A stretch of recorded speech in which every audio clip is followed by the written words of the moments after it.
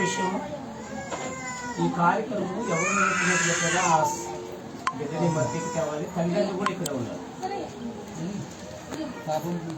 ఉండాలా తల్లిదండ్రులు ఇక్కడ?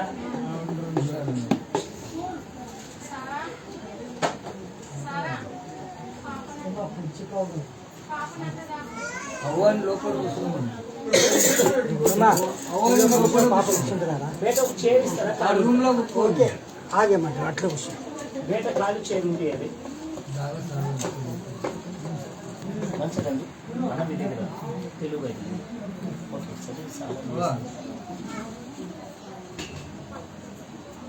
సామెతలు 22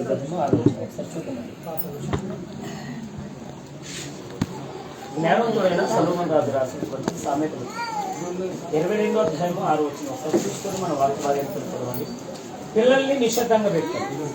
బాలుడు నడవలసిన త్రోవను వాడు తీసుకుని వాడు పెద్దవాడినప్పుడు దాని నుండి తొలగిపోడు. జాగ్రత్తగా వినాలి.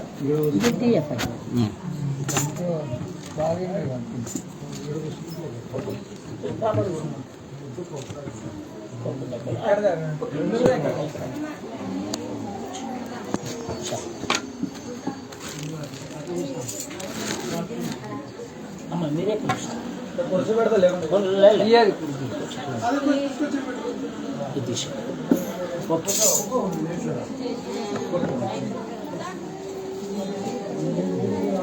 ఓకే మంచి అయిపోయినా. మీరు ఎవరైనా మాట్లాడలేకపోతే నేను మాట్లాడలేదు. ఇది చాలా విలువైన సమయము, ప్రాముఖ్యమైనది. సప్పిడి చేయకుండా నిశ్శబ్దంగా ఉంది. అమ్మ లోపల పోతే బాగుండే అవ్వ.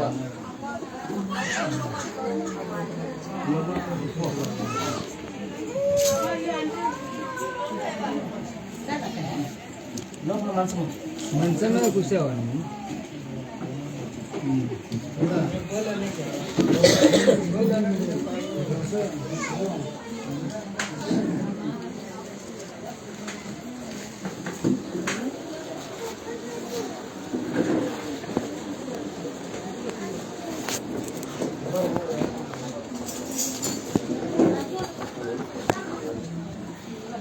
ఓకే అయినా అయిపోయిందా? మరొకసారి ఆ మాటను మరొకసారి చూసుకుందామండి. బాలుడు నడవలసిన త్రోవను వాడు తీసుకుని వాడు పెద్దవాడు ఉన్నప్పుడు దాని నుండి తొలగిపోడు. లోపల కొద్దిగా సొంత పని చేస్తారమ్మా. మీరేమైనా సంతకు రాలా, షాపింగ్కి రాలా.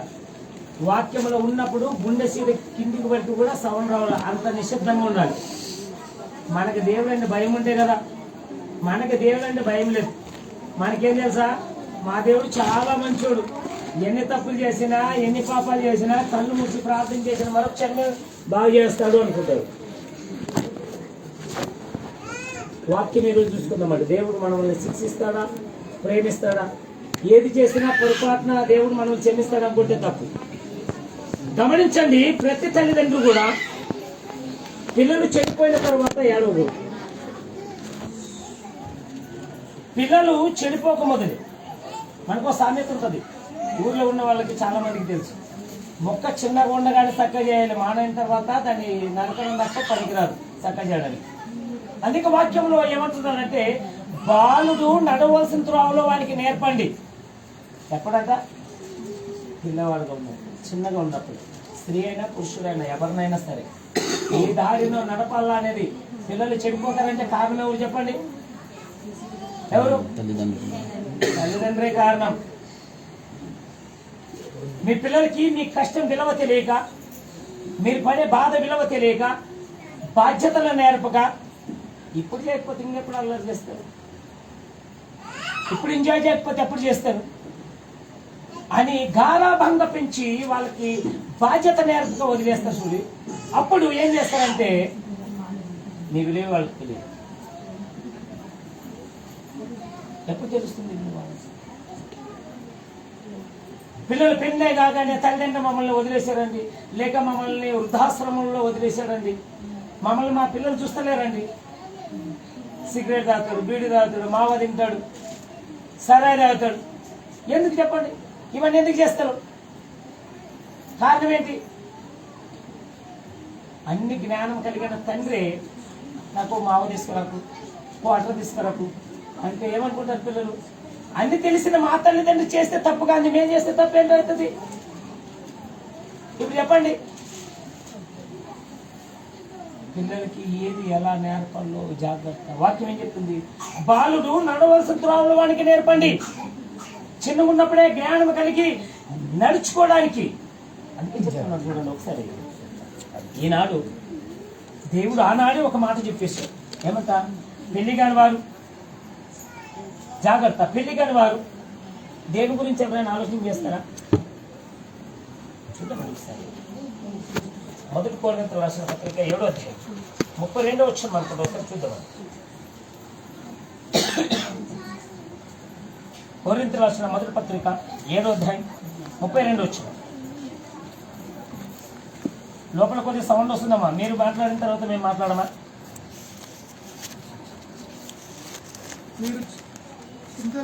మీరు చింతలేని వారై ఉండవల్లని కోరుచున్నాడు అపోస్తలుడైన పౌలు గారు. ఏమంటున్నారంటే తల్లిదండ్రులు జాగ్రత్త. ఇది ఫస్ట్ ఈ మాట ఎందుకు రాయబడిందంటే పైన చూసుకుంటే పెళ్ళైన వారి గురించి చెప్తున్నారు. పెళ్లి కాదు అనుకునే శ్రమలు, ఇబ్బందులు, సమస్యలు వస్తాయి. ఎందుకంటే గారభంగం వేస్తారు, వంట రాదు, ఏం రాదు. అత్తమామ ఇంటికి బాగానే ఏమైపోతుంది? ఇబ్బంది. ఎవరితో ఎలా మాట్లాడాలో తెలియదు, ఎవరితో ఎలా వ్యవహరించాలో తెలియదు, పెద్దవాళ్ళకి ఎలా మర్యాద ఇచ్చాలో తెలియదు, ఏ వంట ఎప్పుడు చేయాలో తెలియదు. కొత్తగా అందుకంటున్నాడు మీరు చింతలేని వారై ఉండవల్ల నేను కోరుచున్నాను. ఏమంట? పెళ్లి కానివాడు జాగ్రత్త. ఇక్కడ పెళ్లి కాని వారు ఎవరైనా ఉంటే దేవుడు మీ పైన ఎంత బాధ్యత ఉంచాడో తెలుసా? ఒక్కసారిగా ఆయన అన్నాడు దేవుని కార్యాల గురించి మాత్రమే ఆలోచన చేస్తాడు. ఇప్పుడు చెప్పండి, పెళ్లి కానీ పురుషుడు కానీ స్త్రీ కానీ దేవుని మాత్రమే సంతోషపెట్టాలి, దేవునికి పనికొచ్చే పనులు మాత్రమే చేయాలని ఎవరైనా అనుకుంటున్నారా? దేవుడు భారం వేశాడు, మీరు చేస్తారని నమ్మకం పెట్టాడు, మేమేనా ఒక భరోసా పెట్టాడు. పెళ్లి కాకపోతే నా పనులు మాత్రమే నీకు చేయాలి, పెళ్ళైన తర్వాత నీకే కష్టం రాకుండా నేను చూసుకుంటాను అంటున్నాను. పెళ్లి కాకపోతే ఏం చేస్తాం? ఇష్టానుసారం వయసులో చేయకపోతే ఎప్పుడు చేస్తాం? సపోజ్ నాకు చెప్పండి, మీరు మార్కెట్కి వెళ్తారు, 1 కిలో వంకాయలు తీసుకుంటారు. అట్లా తీసుకుంటారా ఏమన్నా బాగా మంచిగా ఏరుకుంటారా? చెప్పండి, నా మాట మీకు అర్థమైతే మంచిగా ఏరుకుంటారు. ఫోన్లో తెచ్చుకున్నారు, చూడకుండా అలాగే కోసేసి వండేస్తారా? ఏం చేస్తారు? గంట సగం పుచ్చి పట్టింది అనుకోండి, ఏం చేస్తారు? మీరు పైసలు పెట్టి తెచ్చుకున్నారు, పైసలు వేస్ట్ అవుతాయి కదా, అట్లా వండుకొని తింటారా? వండుకొని తింటారా? ఎందుకు వండుకొని తినరు? శరీరానికి అనారోగ్యం వస్తుంది, బాధలు, రోగాలు. మీరే ఏరుకున్నా తెచ్చుకున్న తర్వాత పుచ్చి పట్టిన ఏం చేస్తారు? తీసి పక్కన పడేస్తారు. మరి దేవుడు అంత మనకంటే జ్ఞానం లేనివాడా? చర్చకుపోగానే తీసుకుపోయి పర్లోకానికి పెడతారా? వంకాయలే మీరు ఎంత పరీక్ష చేసి చూస్తే పరిశుద్ధంగా ఉన్నటువంటి దేవుడు మనల్ని ఎంత పరీక్ష చేస్తారు ఒకసారి ఆలోచిస్తారు. పైసలు పెట్టి మీరు ఎలాగైతే కొనుక్కున్నారో అలాగే తన రక్తాన్ని పెట్టి మనల్ని కొనుక్కున్నారు. మనల్ని కనబడింది దెబ్బలు బాగానే చెప్పండి. అజాగ్రత్తగా ఉండకూడదు. ఎవరు ఎప్పుడు నాశనం అయిపోతారో తెలియదు. ఈ లోకంలో ఎవరు ఎప్పుడు తన పిలుపు వస్తే మరణాన్ని ఆహ్వానించారు. చెప్పండి, ఎవరైనా చనిపోగానే ఏడుస్తారా సంతోషిస్తారా? చెప్పండి, మీరు ఏడుస్తారా సంతోషిస్తారా? బాధపడతారా సంతోషిస్తారా? బైబిల్ ఏమంటుంది? మరణము సంతోషం అనుకో. మీరు చెప్తారు ఈరోజు మీరు చచ్చిపోగానే మంచిది శుభవార్త, మీరు చచ్చిపోతారంటే ఏమంటారు చెప్పండి? నా ఆస్తి అమ్మంటే నా ప్రాణాలు కాపాడు. ఎంత వరకు? ఎవరు ఉన్నంత వరకే. మీకు ఒక 60-70 సంవత్సరాలు వచ్చిన తర్వాత చెప్పండి మీరు చచ్చిపోతారంటే ఏం లేదు, మంచి మంచిగా కనబడతారు, మామూలు కనబడారు అంటారా లేదా? అప్పుడు బ్రతకాలి ఇంకా అంటారా? లేదు. పిల్లలు సమంగా టైంకి తిండి పెట్టక, తిండి అరక్క,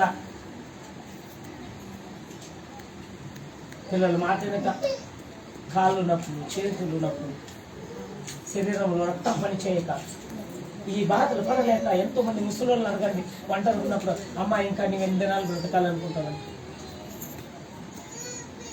ఈ మరణము శాశ్వతము కాదు.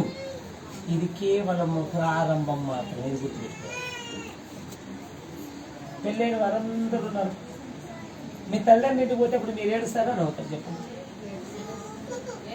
తల్లిదండ్రులు ఇంటికి పోతే నువ్వు ఏడుస్తారా? వాళ్ళు రూపాయి పెట్టకపోయినా సార్ తల్లిదండ్రులు అనగానే 10 నిమిషాల్లో రెడీ అవుతారు. ఫంక్షన్ కంటే గంట చేస్తారేమో కానీ తల్లిదండ్రులు ఎంత అబ్బా వాళ్ళు రూపాయలు కూడా పెట్టకపోయినా. మరి అది అయిన తర్వాత సాయంత్రమే పోవాలమ్మా, నా పిల్లలు నా మూడు మా సంసారం అంటారు. కానీ ఆ బాధ సంతోషం చనిపోతే మనం ఎక్కడ పోతాం తెలుసా? దేవాతి దేవుడు ఈ భూమి మీద ఉన్నప్పుడు దేవుడిని ఎతకడానికి ఎక్కడెక్కడో తిరుగుతాం కదా. ఈ భూమి మీద ఉన్నప్పుడు ఇదిగో ఆడ కనపడతాడు దేవుడు, ఏ పోతే కనపడతాడని మనం వెతుకుతాం కదా. కన్ను మూస్తేనే మనం దేవుని ఎదిగాం. కానీ అర్హత ఉందా? అది ఇవ్వడానికి అర్హత ఉందా? కూర్చోబెట్టిన వంకాయలో ఉండవా? మంచిగా ఉన్నావా? కింద చూడండి ఏమంటున్నాడు? భార్యను ఎలాగ సంతోషపెట్టాలని లోక విషయమై ఏమంటున్నాడు? పెళ్ళైన వాడు తన భార్యని ఎలాగైతే సంతోష పెట్టాలి. పెళ్ళైన తర్వాత ఏం ఆలోచన వస్తుందంట? నా భార్యకి ఏది మంచిది ఇస్తే బాగుంటుంది, నాకు మంచిది వండి పెట్టాలి. పెళ్ళైన 2 సంవత్సరాలకి ఆ సంతోషం వేరు, ఆ పండుగ వేరు. ఆ తర్వాత సంతోషం కదా. సంతోషంగా ఉండాలి. మీకు ఏ బాధ రాకూడదు అంటే ఫస్ట్ మీకు మంచిదో చెడేదో ఎవరిని ఎలా మాట్లాడించాలో ఎప్పుడు ఎవరితో ఎలా మాట్లాడాలో తెలిసి ఉండాలి. అది ఎవరు చెప్తారు? తల్లిదండ్రులు పిల్లలకి నేర్పాలి. ఈరోజు పాప మన దగ్గర ఉంది. ఈ అమ్మకేం నేర్పాలి? అమ్మా ఇప్పుడు వరకు తిరిగినట్టు నువ్వు ఇంటింటికి తిరగదే లేదు, ఎవరితో పడితే వాళ్ళు మాట్లాడేది లేదు. సమయ సందర్భాన్ని బట్టి మాట్లాడాలి. సమయ సందర్భాన్ని బట్టే నువ్వు నవ్వాలి. పెద్దవాళ్ళతో ఎలా మాట్లాడాలి, చిన్నవాళ్ళతో ఎలా మాట్లాడాలి, మంచిది చెడు ఖచ్చితంగా ప్రతి తల్లిదండ్రులు కూడా తన పిల్లలకి ఎదిగే కొద్దీ జ్ఞానం నేర్పించాలి. ఆ జ్ఞానం నేర్పించకపోతే అజ్ఞానులుగా తిరిగేస్తారు. ఇంకా చిన్న పిల్లే కదా అని నేను అనుకోవద్దండి. ఇప్పుడు మెచ్యూరిటీ పెరుగుతుంది, ఆలోచన పెరుగుతుంది. రోజు రోజుకు ఆమె ఆలోచన పెరిగినప్పుడు ఆమె యొక్క పద్ధతులు మార్చుకోవాలి. ఎవరిని నమ్మడానికి వీలు, స్త్రీనైనా పురుషునైనా మన జాగ్రత్తలు మనం ఉండాలంటే ఖచ్చితంగా తల్లిదండ్రులు పిల్లలకి మంచి మార్పు నేర్పించాలి. పెళ్ళైన తర్వాత భార్యాభర్తలు కుటుంబము చక్కగా సంతోషంగా ఉండాలంటే తల్లిదండ్రుల యొక్క కుటుంబాన్ని పేరు నిలబెట్టాలంటే తల్లిదండ్రులు ఖచ్చితంగా ఏం చేయాలి? మంచిది చెడు ఏంటో ఖచ్చితంగా నేర్పించాలి. చూడండి కింద ఏమంటున్నాడు? స్త్రీల గురించి ఎంతో చక్కగా మాట్లాడుతున్నాడు. చూడండి అటువలే ఏమంట? పెళ్లి కాని స్త్రీయు కన్నికత్తమందును తమ శరీరమందును ఆత్మయందును పవిత్రత కలిగి ఉండాలి. ప్రభు విషయమే కార్యముల గురించి మాత్రమే చింత చేయాలి. నేను ఎలా ఉంటే నా దేవుడు సంతోషిస్తాను. నేను ఏ పాట పాడాలి, ఎలా ప్రార్థన చేయాలి, నా కుటుంబాన్ని ఎలా పోషించుకోవాలి, నా కుటుంబాన్ని ఎలా నడుపుకోవాలి. పెళ్ళి కాక మునిపి మీకు తెలిస్తే పెళ్ళైనప్పుడు ఎన్ని శ్రమలు వచ్చినా మీరు తప్పుకుంటారు. మీరు వాటిని భరించగలుగుతారు. ఒకవేళ మీకు శ్రమ ఏదో ఇబ్బంది ఏదో ఎవరితో ఎలా మాట్లాడాలో తెలియకపోతే అవతల వారికి రెస్పెక్ట్ ఇస్తారు. చెప్పండి. అనుకోకుండా మీరు పంపేశారు. అత్త ఒక పని చెప్తుంది, మామ పని చెప్తాడు, మొగుడు పని చేస్తాడు, మధ్య ఒక పని చెప్తారు. అప్పుడు ఏమంటారు? ఇసుక రాదా, ఇబ్బంది రాదా, సమస్య. నన్ను ఏమన్నా సాకిల్ చేయడానికి వచ్చాను తెలియదు. జాగ్రత్త. ప్రతి ఒక్కరు కూడా మన పిల్లల్ని పెంచుతున్నప్పుడు దేవుని యందు భయభక్తులు కలిగి మన కుటుంబంలో ఎలా ఉండాలో, ఎవరితో ఎలా మాట్లాడాలో, ఎవరిని ఎలా చూసుకోవాలో నేర్పినప్పుడే కుటుంబాలు నిలబడతాయి. వార్తలు చూడండి, ఎక్కడ చూసిన విడాకుల కేసులు, ఎక్కడ చూసిన కుటుంబాలు చెడిపోతున్నాయి. ఎందుకు?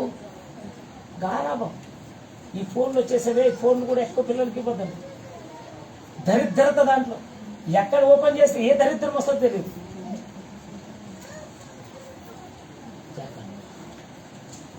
దేవుడు అంటే భయభక్తులు ప్రతిరోజు ప్రార్థన చేస్తున్నాం. ఈ లోకంలో జీవించడము, సంతోషించడము, మంచి ఇల్లు కట్టుకోవడము, మంచి తిండి తినడం కాదు మన బాధ్యత. కన్ను మూసిన మరుక్షణమే మనం ఎక్కడుండాలి? దేవునితో ఉండాలి, అర్హత ఉండాలి. మీరు అందరూ చదివిన వారు ఉన్నారా? చదివిన ప్రతి ఒక్కరికి జాబ్ వస్తుందా? అర్హత ఉన్నోనికి వస్తుంది. చెప్పండి, జాబ్ ఎవరికి వస్తుంది? అందరూ ఒకే స్కూల్లో చదువుతారు, అందరు పాస్ అవుతారా? అందరు పాస్ అవుతారు. మరేంటి? వాళ్ళ ఇంట్రెస్ట్ని బట్టి, వాళ్ళ చదువుని బట్టి, వాళ్ళు చేసేటువంటి డెడికేషన్ బట్టి, లేక వాళ్ళు చేసే కష్టాన్ని బట్టి. మరి జాబ్ ఎందుకు అందరికి రాదు అంటే అర్హతను బట్టి ఇస్తారు. నీకు డబ్బు ఉంటే ఇవ్వరు, నీకు చదువు రాకపోయి నీవు మంచి పేరు కలిగి ఉంటే నీకు జాబ్ ఇవ్వరు. నీ క్వాలిఫికేషన్ ఏంటి?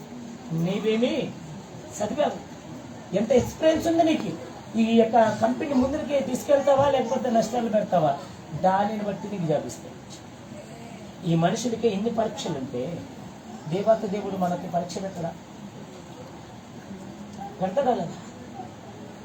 జాగ్రత్త ఖచ్చితంగా అమ్మ చెప్తున్నాడు. చూద్దామన్నమాట సామెతలు గారు, సామెతలు గారు 1వ అధ్యాయం 24 వచ్చిన చూడండి. దేవుని మాటలు కానీ మీరు వినకపోతే జాగ్రత్త, దేవుడు మీరు చెప్పిన ప్రతిదాన్ని వింటాడు అనుకుంటే మూర్ఖత్వం. జాగ్రత్తగా వినండి. దేవుడు మనల్ని శిక్షించేవాడై ఉన్నాడు. ఎంత ప్రేమిస్తాడో అంత శిక్షిస్తాడు. మా దేవుడు చాలా మంచివాడు అండి. సంవత్సరానికి ఒకసారి వచ్చి చచ్చిపోతాడు, సంవత్సరానికి ఒకసారి వచ్చి లేస్తాడు, సంవత్సరానికి ఒకసారి వచ్చి మళ్ళీ పుడతాడు అనుకోవద్దండి.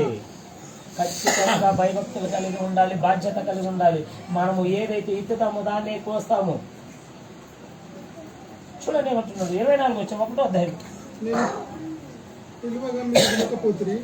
ఏమంటున్నాడు?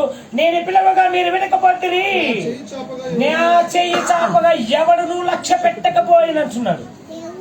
ఏంటి? ఎప్పుడైనా మిమ్మల్ని పిలిచాడు దేవుడు? అప్పుడప్పుడు అంటున్నారు వాక్యం నా గురించి చెప్పండి, నీ గురించి అయితే నీవు మార్చుకో.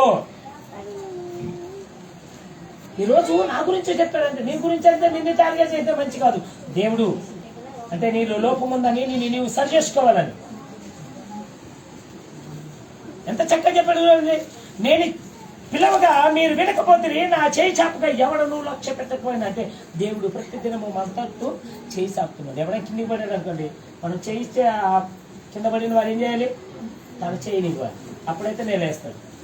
మనం మాత్రమే చేయొచ్చు, ఆయన చేయకపోతే ఎట్లా లేపుతా చెప్పండి? కిందికి పడిన వ్యక్తి చేయి చేయాలి కదా. నీ పై నుంచి చేయించి లే అంటే లేస్తాడా? లేవాలంటే ఏం చేయాలి? తన చేయి మనకి ఇవ్వాలి, అప్పుడు మనం లేపగలుగుతాం. దేవుడు మనతో తన చేయిని చాపాడు, మనం ఆయన తట్టు మన చేయి చాపితేనే ఆయన మనం లేపగలుగుతున్నాడు.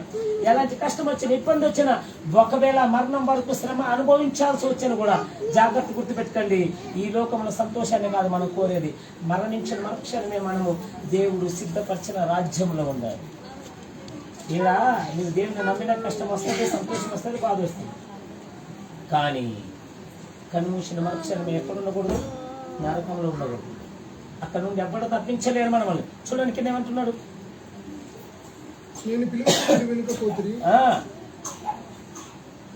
25 వచ్చిన నేను చెప్పిన బోధ మీరు వెనక త్రోసివేసి నేను గద్దింపగా ఎవడును లోబడకపోయెను. ఎన్నిసార్లు వాక్యం ద్వారా దేవుడు గద్దించాడు, ఎన్నిసార్లు పిలిచాడు. మీరు వాక్యం విననట్లు విడిచిపెట్టి, ఇదిగో వాక్యం ఇక్కడే ఉంది, ఇక్కడ వదిలేసిందే బయట ఉంది, మీ యొక్క కుటుంబ సమస్యలు, అప్పులు, బాధలు, ఇబ్బందులు, వీటిని మాత్రమే గుర్తు చేసుకుంటారు. వాక్యం ఏం చెప్తుందో తెలుసా? విన్న వాక్యాన్ని 24 గంటలు రాత్రి పగులు అన్నట్లు నీ పనిలే చేస్తున్నప్పుడు కానీ ఎప్పుడైనా కానీ దాన్ని జ్ఞాపకం చేసుకోవాలి. చదవడం వేరు, జ్ఞాపకం చేసుకోవడం వేరు. 24 గంటలు బైబిల్ పట్టుకొని కూర్చుంటే నీకు కిందకి రాదు. అది అట్లే పెట్టుకొని ఒకసారి చూద్దామని. కీర్తన 1వ అధ్యాయం 2వ వచనం ఉంటుంది చూడండి. ఫస్ట్ నుండి దుష్టుల ఆలోచన చెప్పనక, పాపల మార్గమున నిలువక, అపహాసులు కూర్చున్న చోట కూర్చునక, యెహోవా ధర్మశాస్త్రమందు ఎవడు ఆనందించుచు దీవారాత్రులు ధ్యానిస్తాడు వాడే ధన్యుడు. ఏమంట? ఎవడైనా పాపం చేసేవాడు మీ ఫ్రెండ్స్ అయితే కట్ చేయండి, మీ ఫ్రెండ్స్ అయితే కట్ చేయండి. వాడు ఎప్పుడో ఒకప్పుడు నేను పాపంలో నిలుపుతాడు. వాడు ఎంత ప్రాణ స్నేహితుడైనా వాడిని గొడవ పెట్టండి. పాపుల మార్గము నిలవక వాళ్ళు పోయే చోట్ల కూడా నింబడద్దు అంటున్నాడు. అపహాసులు నేను అవమానించే వారు ఎవరైనా ఉంటే వాళ్ళతో నీవు సావాసం చేయదు,